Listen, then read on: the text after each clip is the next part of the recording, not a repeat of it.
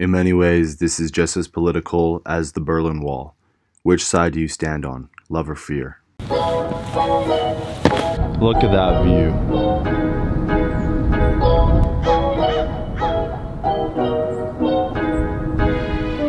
I have to celebrate that today.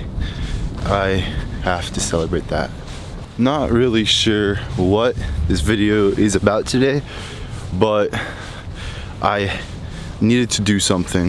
If I don't make something every day, I feel unfulfilled.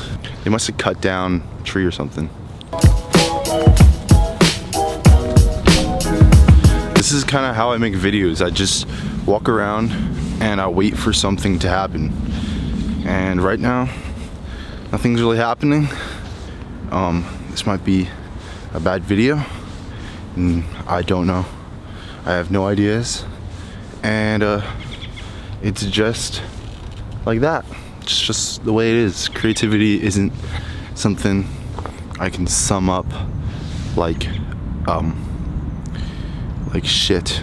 So pretty much what it is just patience and waiting for something beautiful to happen. Okay, I think I have something. I have something cool. Okay, let's see. What's the difference between a rock and a plant? And which one do you value more? For me, I value a plant a lot more than a rock. Let's just be real, like I eat plants and they sustain me. What's special about a plant is the fact that it's alive, and because it's alive, it will eventually die one day. Difference is a rock isn't gonna die in the sense that we understand death. It's always gonna be a rock. It's not alive or dead. So, a plant is special to me because it has the ability to be alive and to die. And that brings me to fear. Cannonball!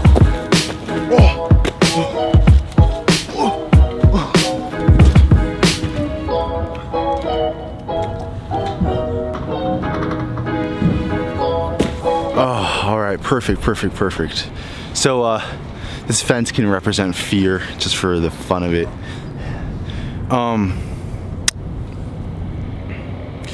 I have real life experience with death.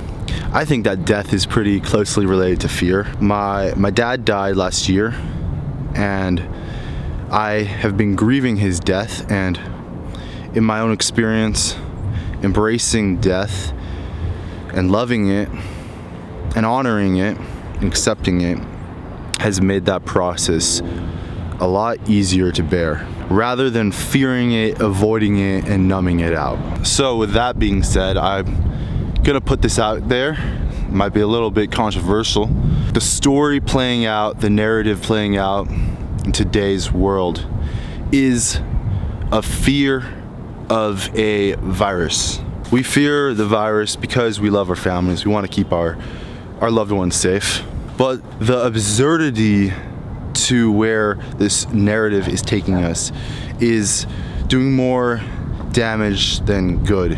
I made this funny little graph that kind of just plots out where the trajectory for getting safer and safer can lead. Right now we're wearing masks. That's safe. Then super safe is wearing a hazmat suit, and I have seen people wearing hazmat suits. I'm not kidding. Then ultra safe is gonna be wearing an astronaut suit. Now the downsides to all of this safety and risk mitigation is no hugs, no feeling free, constantly being worried and being in fear. The question I've been asking myself is, how am I going to handle this? How am I gonna look at this and approach this? From an absurdity standpoint, it's quite hilarious. It's funny. It's an interesting story. If anyone from the future is watching this, it's definitely an interesting story what's going on right now. It's a story that's a little boring and dry. So How can I spice it up? The whole thing that's happening right now is that I'm hearing that I need to be safer and safer and safer until I'm so safe there's zero risk in my life. And in order to have zero risk in my life, I have to stay indoors all day and do nothing dangerous. Life and death are kind of the same. We're always dying every single day. We're closer to death. So if I am afraid of death, then I'm afraid of living. In order for me to live, there needs to be some risk involved. I'm asking myself, how much am I willing to give up in the cause of being safe? And I have to start saying no to certain parts of this story. It is ridiculous to be afraid of a virus. My attention on the true things, on the true problems of the world are starvation, are children starving. Children are starving. That is where my attention is right now. It's easy to be afraid of a virus, and it's easy to have my attention on the virus and tell other people to be safe, wear a mask. But it's less easy to speak up for starving children and to try to help starving children. So, fuck, I'm not scared of the virus. I don't think that the fact that it's killing people is a reason to be afraid of it.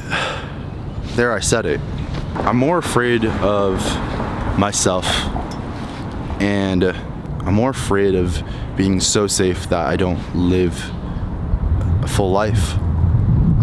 That's what I'm more afraid of.